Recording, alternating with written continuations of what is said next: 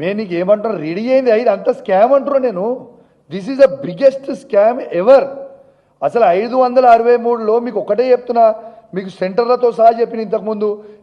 కోటి ఉమెన్స్ కాలేజ్లో ఉన్న సెంటర్ 18-19 సెంటర్లో 1497 మంది రాస్తే 74 మంది వస్తే ఉద్యోగాలు అందులో ఉట్టి మహిళలతోనే ఎందుకు రాపించిర్రు? అలా పురుషులు అబ్బాయిలు ఎందుకు లేరు? What is the interest? ఏ సెంటర్లైనా అబ్బాయిలు అమ్మాయిలు కలిసి రాస్తారు. What is the interest? ఇది పెద్ద స్కామ్ భయ్. వాళ్ళు రెడీ అవుట్ అయింది. This is the scam. ఇది మొత్తం క్యాన్సిల్ చేయాలంటున్నాను నేను.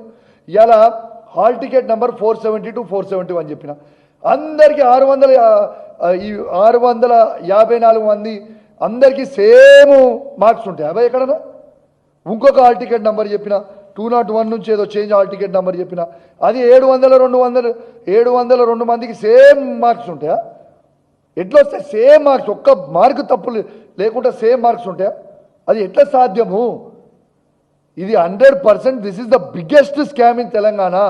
100% ఇది ఖచ్చితంగా రద్దు చేయాలి. దీని మీద జ్యుడిషియరీ ఎంక్వైరీ అయినా చేయాలి, లేకుంటే సిబిఐ ఎంక్వైరీ అయినా చేయాలి. ఈ రాష్ట్రంలోనే కేంద్ర హోంమంత్రి ఈ రాష్ట్రం నుంచే ఉన్నారు, బండి సంజయ్ గారు.